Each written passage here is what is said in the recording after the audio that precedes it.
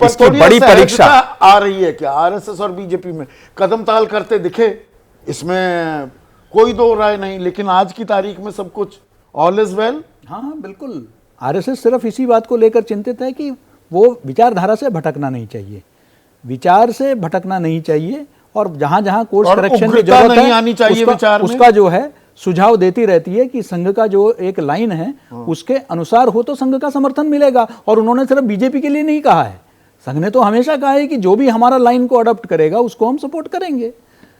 ठीक है आदेश, अब थोड़ी कांग्रेस की भी बात कर लेते हैं। हमने बीजेपी की, संघ परिवार की, इंडिया की भी बात की है, लेकिन कांग्रेस के लिए ये साल अच्छी खबर भी लाया है, लेकिन साल के अंत तक Congress back to square one जहां से शुरू हुई वहीं जाती दिख रही है क्या? ये लब्बल उबाब है क्या इन 365 दिनों का?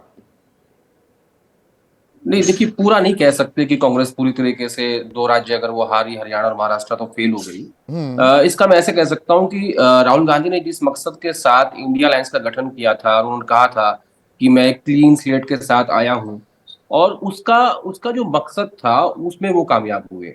जो बीजेपी का नारा था 400 पार का, उसको रोक दिया गया, बीजेपी 240 पे आ गई।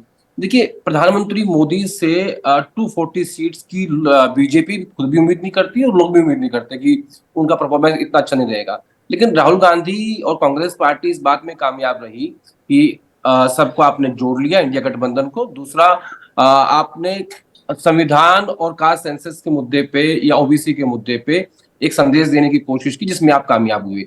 हाँ, ये मैं कहूंगा कि साल के अंत में आते आते आप हरियाणा हारे, जो कि नहीं हारना चाहिए था, वो आपका बिल्कुल फेवरेबल स्टेट था।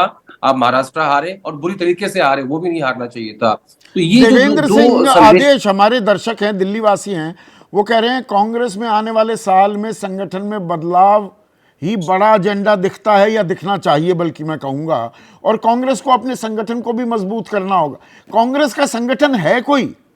मतलब ये ठीक है, बड़ी बड़ी सारी बातें हो जाएं, अच्छा परफॉर्मेंस भी कर दिया, जो मूलभूत, जो असल में एक संगठन का ढांचा, बीजेपी से लड़ाई है भाई, वो कांग्रेस करती दिख रही है क्या?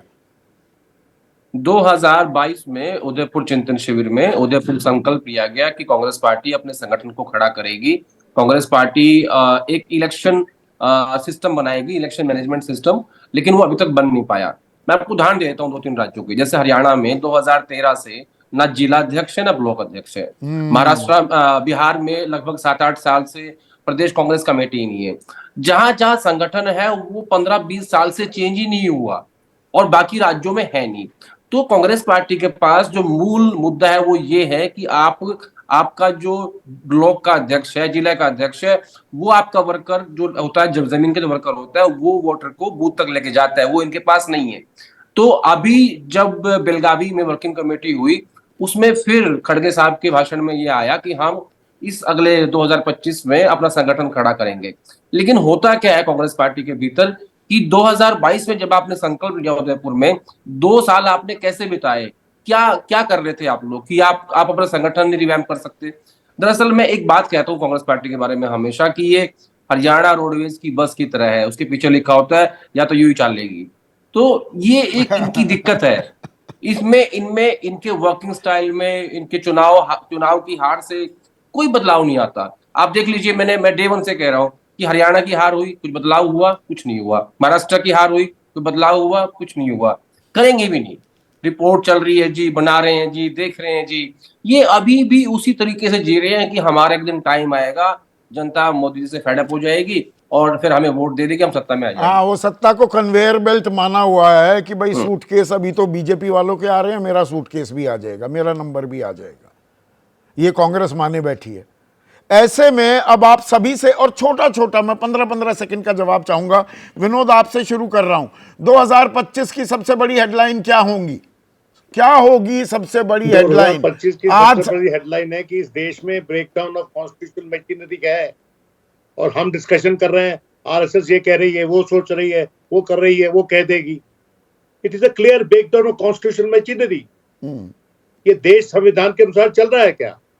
कोई मंदिर खोद रहा है, सुप्रीम कोर्ट बैठी हुई देख रही है, संचालक जो है भाषण दे रहे हैं, वो कह रहे हैं कि राष्ट्र के नाम संदेश दे रहे हैं। मेरे दोस्त केजी सुरेश बोल रहे थे भी, कि वो तो देश के नाम पे बात करते हैं। भैया ये देश कोई आरएसएस नहीं चला सकता संविधान के अनुसार। There is a breakdown of constitutional ठीक है, मशीनरी। मतलब संविधान खतरे में है, ये आप कह रहे हैं। के जी सिर्फ 15 सेकंड। नहीं, 2025 में बहुत सफल महाकुंभ का आयोजन होगा और प्रधानमंत्री ने नारा दिया है कि महाकुंभ का यह संदेश, एक रहेगा सारा देश। राकेश, सबसे बड़ी हेडलाइन होगी क्या आम आदमी पार्टी की सरकार बना पाती है या नहीं, और यदि सरकार बने या ना बने, केजरीवाल तेरा क्या होगा।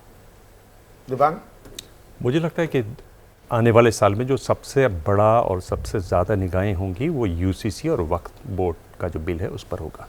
अगर ये हो जाता है तो मेरे ख्याल से बहुत बड़ी क्राइसिस देश में दिखाई देती है। दूसरी जो बात है, दक्षिण के राज्यों में जिस तरह की बेचैनी है, यानी आप 30% जीएसटी और टैक्सेस दें, 19.6% आबादी आपके वहाँ रहे और बदले में आपको केवल 16% मिले। जिस तरह की बेचैनी है, जिस तरह से दो बड़े राज्यों के मुख्यमंत्री, तमिलनाडु के मुख्यमंत्री और आंध्र प्रदेश के मुख्यमंत्री कह चुके हैं कि भाई बच्चे ज़्यादा पैदा कीजिए। ये एक बड़ी समस्या, एक बड़ी खबर 2019 में बनेगी। और नाकारा सरकार आखिर में जाकर ये जो सेंसस करवा रही है वो उस पर भी नज़र होगी। उसके साथ जुड़ा रहेगा डीलिमिटेशन का मामला। इकोनॉमिक क्राइसिस होगी 2025 और इकोनॉमिक क्राइसिस के बाद सोशल क्राइसिस। देखिए अभी दो डेटा आया जिसकी तरफ हमारा ध्यान नहीं गया।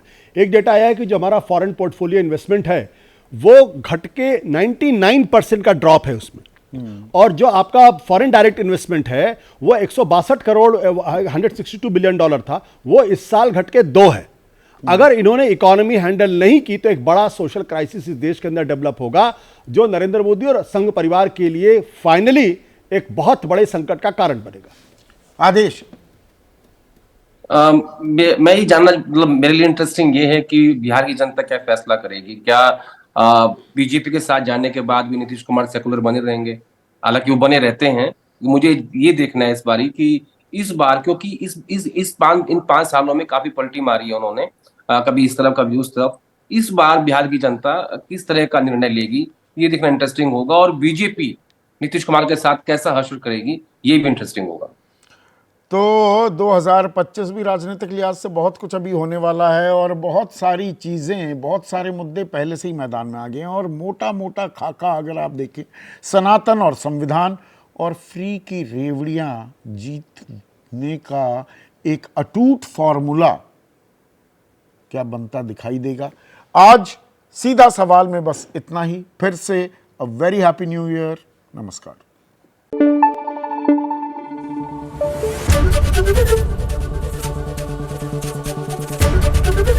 एबीपी न्यूज आपको रखे आगे।